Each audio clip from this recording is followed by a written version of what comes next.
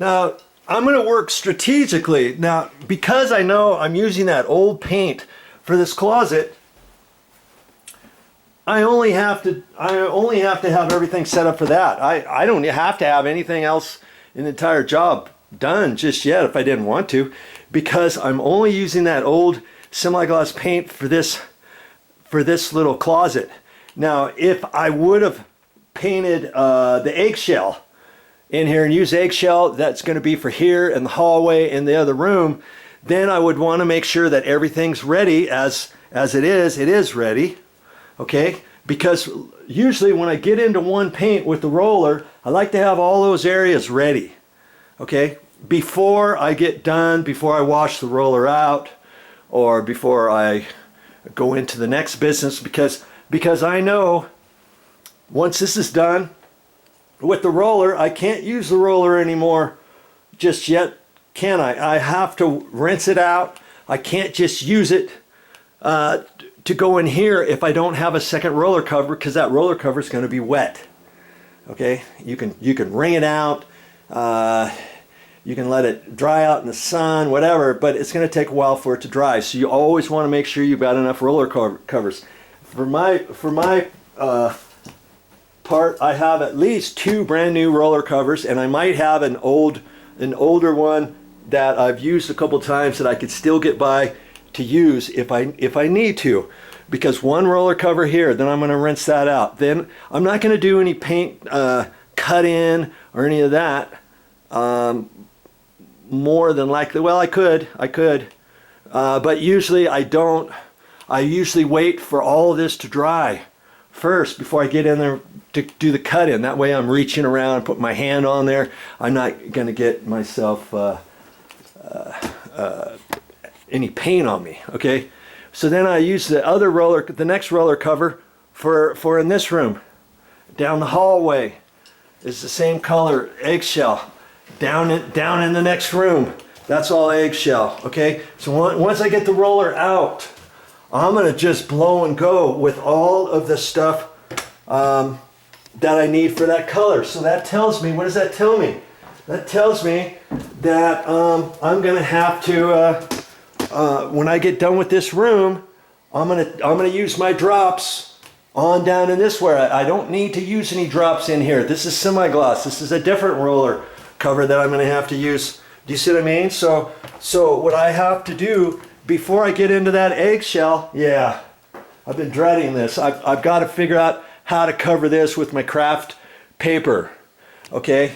And I might have to dig into the other one because once I get the roller out, what I like to do is continue. Do you see what I mean? And so I think, for the sake of argument, right now I'm gonna have to take my new craft paper, roll it out, and besides that, it's gonna get all wrinkly, folded up. I may have to cut it a little bit or something. I'm not quite sure just yet. I always like to try to save my craft paper pieces for next project. You see what I mean? So I'll end up, you know, whatever I end up having to do here, it's going to be covered with craft paper. So then I've got my flat sheets in there, like in the closet, like in the bedroom, and I can bring them out here. I don't necessarily want to cut this one up just yet, okay? And I can use those other ones for out in here.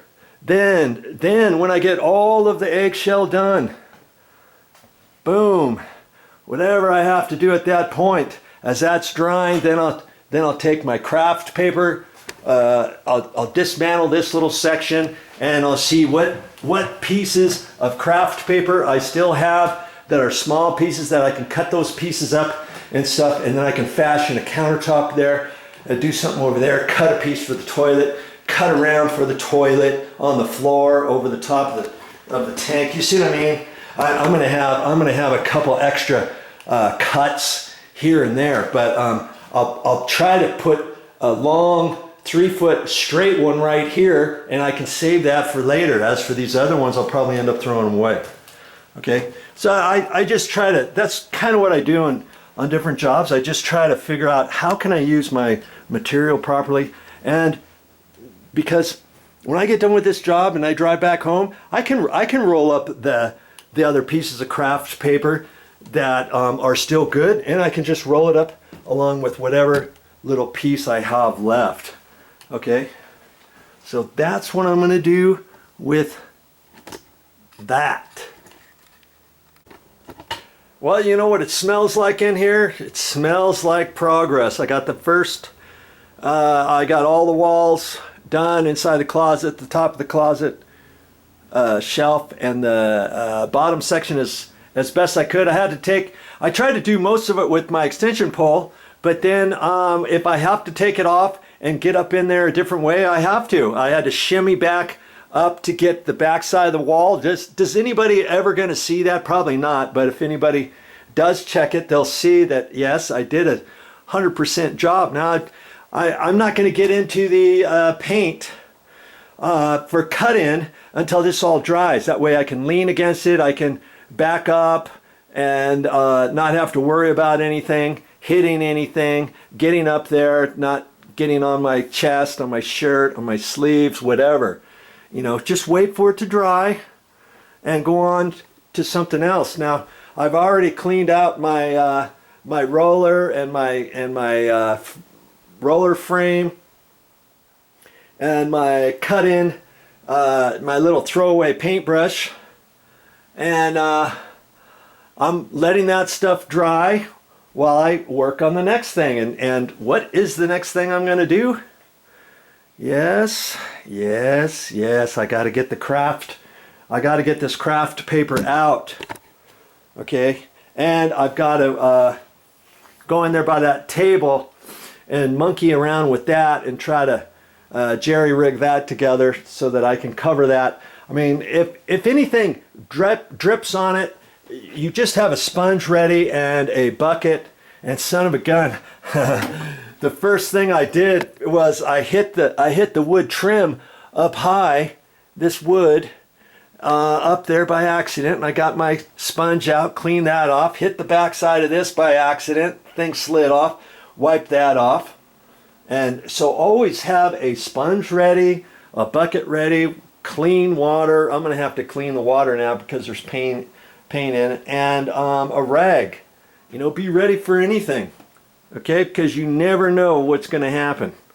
Okay, so yes, could I get into the other paint for this room and the hallway? Yeah, but then I'm going to have to stop, and I can't do around the table until I get the table done, and then the paint roller cover is wet, and then I've got to let that sit and all that. I like to, you know, I like to get everything ready, right? And I've got two covers.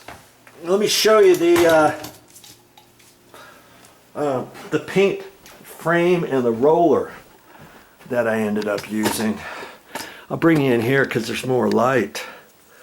See, this is the roller cover or roller frame. This is what you call the roller frame, and here's the roller cover.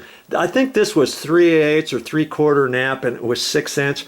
And you want to make sure you get the bigger one if you're going to use this. If you're going to use the weenie roller with just the one little piece sticking out, then you have to get the right one. So make sure when you're at the store you get the right one.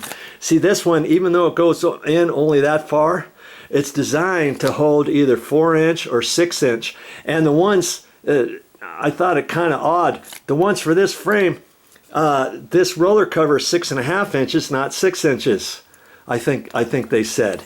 And you don't have to get one of these that's longer. In fact, they don't have one that's longer for this. And you just put it in there. And see, I've already cleaned it off. I always like to clean stuff off.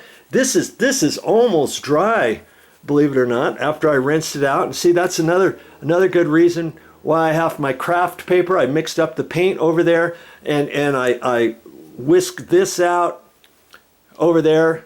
You know, after I rinsed it out with water and my paintbrush and all that kind of stuff, and that stuff will be dry before you know it, and this one will be ready This one will be ready after a while, but see, I've got 2 of these. And so I'm gonna let this one dry fully so that I can get into the other one that I have. And then I'll do all this eggshell with the other one. Okay, just have a plan and go for it.